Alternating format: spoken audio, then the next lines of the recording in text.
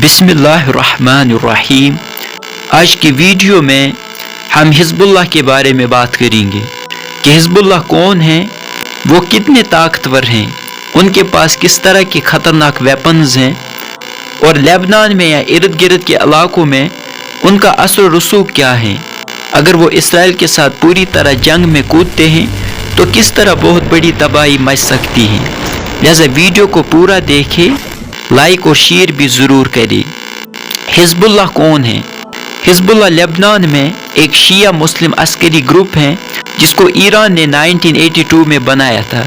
1979 में ईरान के अंदर जो इस्लामिक रिवॉल्यूशन आई, आप यूँ समझ लें कि हिज़्बुल्लाह भी उसी की पैदावार है। ईरान लेबनान तक उस रिवॉल्यूशन को एक्सपोर्ट करना चाहता था ताकि हिज़्बुल्लाह के ज़रिए इसराइल को तबाह किया जा सके। वाज़िया रहे, उस वक़्त इसराइल ने लेबनान पर हमला करके जुनूबी इलाकों पर कब्ज़ा किया था और लेबनान के अंदर सिविल वार भी जारी थी जो तकरीबन 15 साल तक जारी रही। हिज़्बुल्लाह का सुप्रीम लीडर आज हसन नसरुल्लाह है। हिज़्बुल्लाह कितने ताकतवर हैं? हिज़्बुल्लाह एक बहुत ही ताकतवर अस्करी ग्रुप है जिसके पास 70,000 के करीब एक्टिव फाइटर्स मौजूद हैं। इस ग्रुप के लीडर हसन नसरुल्लाह ने 1 लाख जंगजू खोने का भी दावा किया है। हिज़्बुल्लाह के पास वेल ट्रेनड और सख्त किस्म के जंगजू मौजूद हैं जो शाम में भी बशर उल असद के सपोर्ट में लड़ चुके हैं। 2006 में इसराइल और हिज़्बुल्लाह की जंग भी हुई जिसमें दोनों का बाहरी जानी व माली नुकसान भी हुआ। उस जंग को जीतने का दावा दोनों तरफ से किया जाता है, मगर एक बात तो तय है कि दोनों का बाहरी नुकसान हुआ था।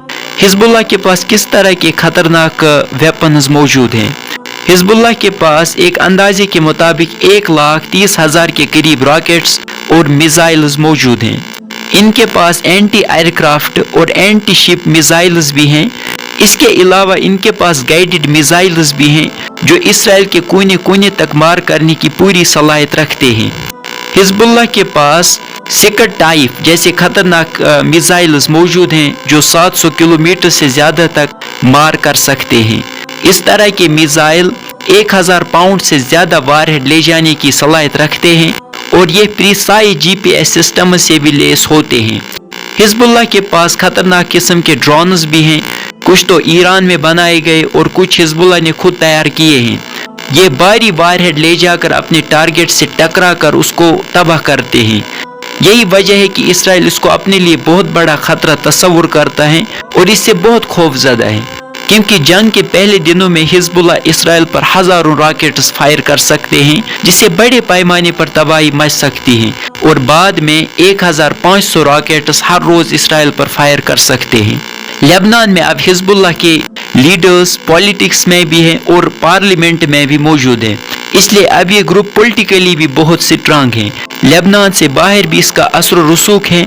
शाम में भी बशर उल असद की हुकूमत के साथ इसके बहुत अच्छे ताल्लुकात हैं और इराक के साथ भी इस ग्रुप के ताल्लुकात मजबूत हैं।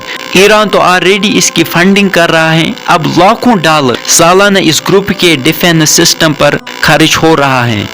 8 अक्टूबर से इसराइल और हमास की जंग जारी है। इसराइल तो आम शहरियों को भी टारगेट कर रहा है। ये इसराइल की बुज़दिली और उसके जंगी जराइम की वाज़िया दलील है। अब हिज़्बुल्लाह भी लेबनान के शुमाली बॉर्डर से इसराइल को टारगेट कर रहे हैं। हिज़्बुल्लाह भी हमास का सपोर्ट करते हैं। कई इसराइली फौजियों को हिज़्बुल्लाह ने भी जहन्नम वासिल किया है, लेकिन इसराइल हमले की जुर्रत नहीं कर सकता। अगर इसराइल और हिज़्बुल्लाह की जंग होती है तो 3rd वर्ल्ड वार भी हो सकती है, क्योंकि हिज़्बुल्लाह की बैक पर ईरान तो ऑलरेडी खड़ा है और ईरान के साथ फिर रशिया और चाइना जैसे ममालिक भी खड़े हैं। पूरी दुनिया उस जंग की लपेट में आ सकती है। मिडिल ईस्ट तो पूरा आग के शोलों की नजर खो जाएगा। लिहाजा बेहतर यही है कि UNO फिलिस्तीन मसले को जल्द अज जल्द पुरअमन तरीके से हल करने में अपना किरदार अदा करे और मजलूम को इंसाफ दिलाए।